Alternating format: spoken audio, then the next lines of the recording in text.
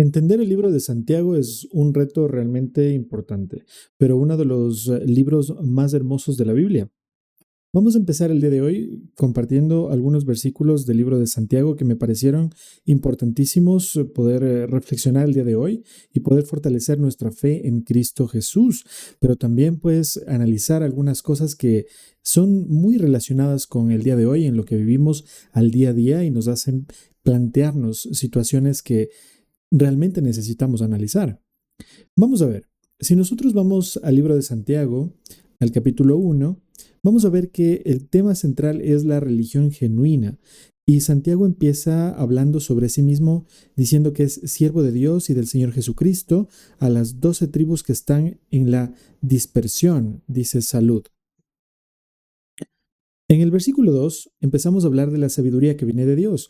Y aquí pues algo importantísimo que nosotros tenemos que conectar con nuestra vida. Si alguno dice que tiene fe, pues tiene que dar un fruto a esa fe, más otros dicen que son sabios. También esa sabiduría debe dar ciertos frutos.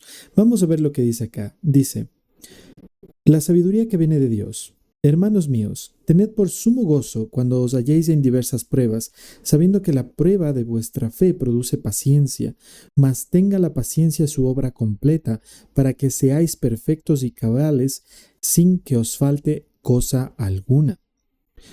Al leer este versículo, el versículo número 2, bueno, podemos darnos cuenta que las pruebas son aquellas que nos dan un fruto que es la paciencia, y esta paciencia pues es en obra completa lo que nosotros vamos a entender como perfección al final de nuestra fe y también al final de nuestra sabiduría, como dice el versículo número 3.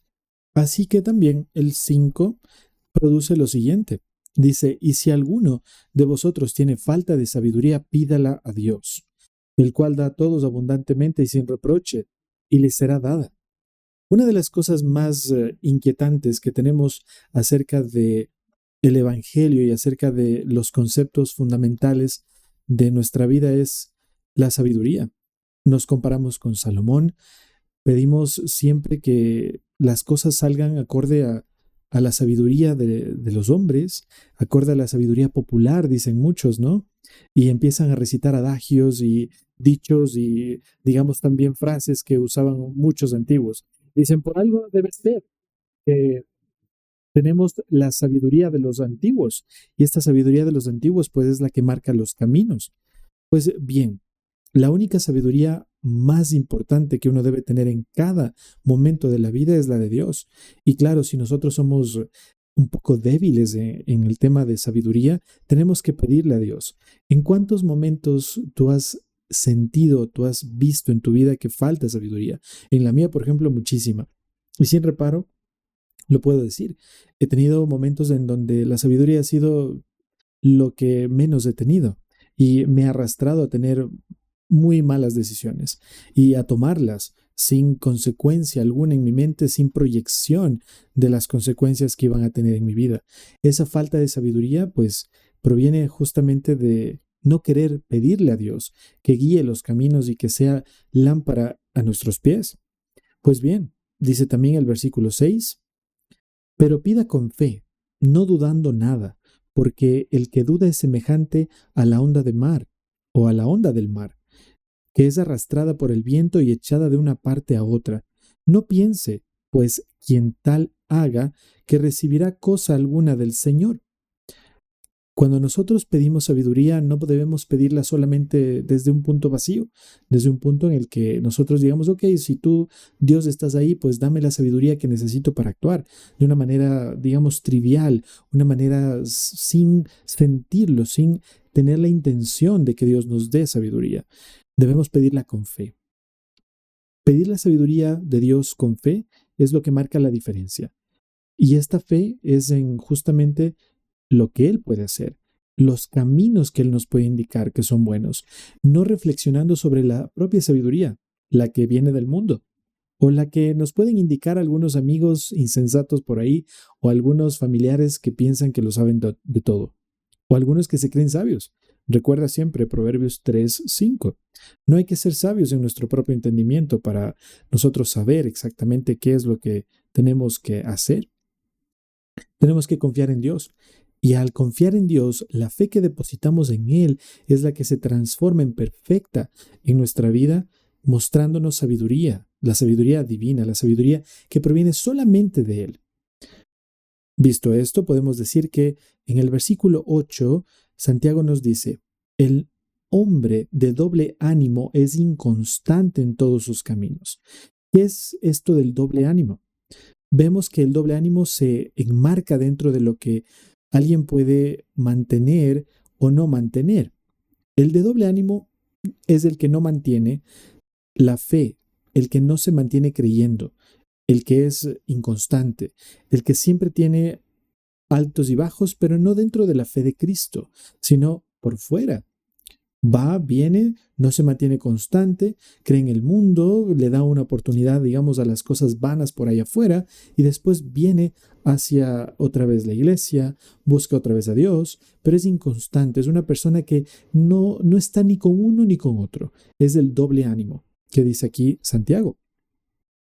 Entonces, lo que debemos hacer es salirnos de ese doble ánimo si queremos la sabiduría de Dios. Si queremos realmente ser alcanzados por esa sabiduría, debemos encontrarla básicamente en una fe apropiada, en una fe como ese grano de mostaza, pero no de este tamaño, sino tal cual es la semilla de la mostaza, echando raíces profundas que se fundamenten en Cristo Jesús, que es la roca, ¿sí? En esa fe nosotros podemos caminar y podemos pedir sabiduría para poder actuar. Continuando con el versículo 9 dice, el hermano que es de humilde condición gloríese en su exaltación, pero el que es rico en su humillación, porque él pasará como la flor de la hierba, porque cuando sale el sol con calor abrasador, la hierba se seca, su flor se cae, y parece su hermosa apariencia. Así también se marchitará el rico en todas sus empresas. Ok, cuando vemos el versículo 9 hasta el versículo 11, podemos ver que es exaltado aquel que es humilde, más aquel que es orgulloso, aquel que confía en sus riquezas, siempre va a tener, pues digamos, al final del camino, cosas que se pudren, que se dañan, cosas que se rompen, que se acaban con el tiempo.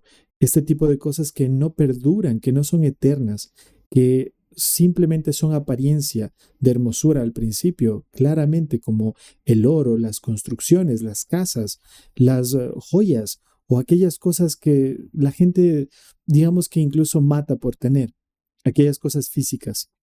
Al humilde de condición, al que está en humilde condición, tenemos que su gloria es la exaltación del mismo, porque es rico para con Dios en caso de humildad en fe. Pero claramente los que son ricos se van a marchitar, nos dice Santiago. Un claro ejemplo de la vida de hoy, ¿no? La gente que disfruta mucho de sus riquezas, que van de aquí para acá y su dinero es el que manda. Al final, pues esto se va a marchitar.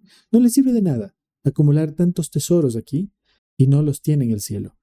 Tanto se les ha dado, tanto se va a pedir de ellos.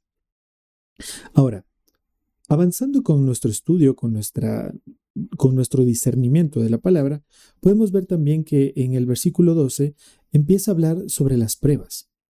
Bienaventurado el varón que soporta la tentación, porque cuando haya resistido la prueba, recibirá la corona de vida que Dios ha prometido a los que le aman. Importantísimo versículo. Recuerden, Santiago 1:12. En este versículo claramente nos dice que aquellos que soporten la tentación, aquellos que sepan decidir, que sepan ver que están siendo tentados, pero que digan no y que escojan el buen camino, ellos que resisten recibirán la corona de la vida, es decir, la promesa de Dios de vivir eternamente. Esta corona que se va a poner de manos de Jesucristo mismo cuando ya sea el juicio final, cuando estemos ante el tribunal de Cristo, cuando estemos ahí. Aquel que haya soportado hasta el final se le dará la corona de la vida. Y aquí hace un ejemplo muy claro con el digamos, del sustantivo varón. Bienaventurado el varón. Acá, cuando se dice varón, podemos ver muchas imágenes relacionadas, por ejemplo, con la tentación que sufren cada uno de los hombres. Nosotros recibimos muchas tentaciones en el ámbito sexual, en el ámbito de la vista, cuando están pasando mujeres, ¿no es cierto?, atractivas por ahí. Igual las mujeres tienen tentaciones del mismo tipo, ¿sí? Esas tentaciones, así como la comida, los vicios, el cigarrillo, el alcohol, son aquello que nos roba la mirada, que nos roba la atención. Esa tentación que a veces la gente no puede soportar, pero no la pueden soportar, digamos, no porque no tengan la capacidad, sino porque no se han rendido a Cristo, no conocen lo que es Dios en su vida y no pueden decidir con ese temor reverente a Dios, es decir, al miedo de apartarse de Dios. A eso me refiero. Por lo cual, dice, o cuando alguno es tentado, no diga que es tentado de parte de Dios, porque Dios no puede ser tentado por el mal, ni Él tienta a nadie. Muchas personas tienden a decir que Dios les ha tentado, que les ha puesto pruebas, que les ha puesto cosas difíciles y que les ha hecho caer, por poco que les ha puesto el pie. Pero Dios no es así. Aquí Santiago nos deja muy claro que Dios no es quien puede ser tentado por el mal, ¿sí? Ni Él tienta a nadie. Mas Él te da la fortaleza cuando lo invocas y invocas su nombre para tú poder ir a través del camino. Recuerda Salmos 23, el Señor es mi pastor, ¿sí? Nada me faltará. En lugares de delicados pastos me hará descansar, ¿sí? En aguas de reposo me pastoreará. Y así sucesivamente podemos tener la promesa de Dios incluso en Salmos. Nada nos va a faltar, nos va a guiar, incluso aunque ande en valle de sombra de muerte, no temeré mal alguno porque tú estarás conmigo. Recuerda, tu vara y tu cayado serán mi aliento, me darán aliento, ¿sí? Esto es justamente lo que tenemos que hacer acá y Santiago nos lo deja muy bien hecho y muy bien explicado. Ahora, dice en el versículo 14, sino que cada uno es tentado cuando de su propia concupiscencia es atraído y seducido. ¿Qué es concupiscencia? Sus propios deseos pecaminosos. Recuerda que tu corazón es engañoso y es bastante, digamos, seducido por los propios deseos carnales. Entonces, esas concupiscencias, esos deseos pecaminosos que provienen de tu corazón, de tu carne, son lo que produce esta tentación. Así que tienes que tener cuidado y discernir bien lo que viene de tu carne y lo que viene del espíritu, para que puedas tú tomar la mejor decisión. Y en este caso, no dejar que la tentación sea el único camino por el cual tú puedes decidir ir y caminar, sino por el de Dios, dejando que el Espíritu te consuma, dejando que el Espíritu Santo llegue a ti y te dé fortaleza, te pueda guiar, que la palabra de Dios resuene en tu cabeza. Por eso es muy importante tenerla, estudiarla, porque en el momento de la tentación y la prueba tú puedes recordarle y decir, Dios habla de esto. Dios me dice qué debo hacer y Dios me dice que hay una recompensa. Dios me dice que está ahí, que me ve, que no es un Dios muerto, es un Dios vivo, un Dios que puede darme esa corona de la vida para yo vivir eternamente con un cuerpo semejante al de Cristo, glorificado cuando Él venga. Recuerden, Primera de Tesalonicenses 4, 16 al 18, ¿sí? Que habla sobre el arrebatamiento y justamente sobre lo que va a pasar. Hermanos, hermanas, familia, amigos, todos los que estén viendo este video, por favor, vayan a Santiago capítulo 1, lean estos versículos, sean fuertes en la fe y en un próximo video estaremos hablando justamente de qué significa ser hacedor de la palabra. ¿Ok? Muchísimas gracias por haber estado aquí. Este ha sido un video más corto de lo normal, tal vez unos 15 minutitos. Espero que les vaya muy bien. Dios les bendiga. En este tiempo que estamos pasando muy difícil, hay muchas tentaciones, hay muchas cosas que están robando nuestra atención. Este video es justamente para motivarte, que tú no pierdas la visión, que tú no pierdas el objetivo que es la eternidad con Cristo, Jesús, Dios, la eternidad. Y si para ti, por ejemplo, te parece esto un chiste, una broma, algo que es irreal, pues en algún momento vas a ver que esto es real y va a ser el peor día de tu vida. Va a ser el día más triste y el día en el que te vas a enojar o vas a llorar, pero de manera desconsolada o vas a tener una ira desproporcionada. ¿Por qué? Porque haces de estos temas para ti algo jocoso, algo que no tiene sentido, algo motivo de burla, motivo de, digamos, discriminación ante otras personas. La racionalidad nos expresa que la evidencia es muy contundente acerca de Jesús, acerca de su resurrección, y con esa evidencia nosotros podemos estar tranquilos y bastarnos en Él para decidir creer. La Biblia es la respuesta porque ahí está la palabra de Dios, la herencia de su palabra que debemos creer. Esa es la parte más compleja, creer sin ver. Está la fe. No andamos por vista sino por fe, dicen, ¿no? En la Biblia también. Recuerda esto, Jesús viene pronto. Nos vemos en un próximo video y Dios les bendiga. Maranata.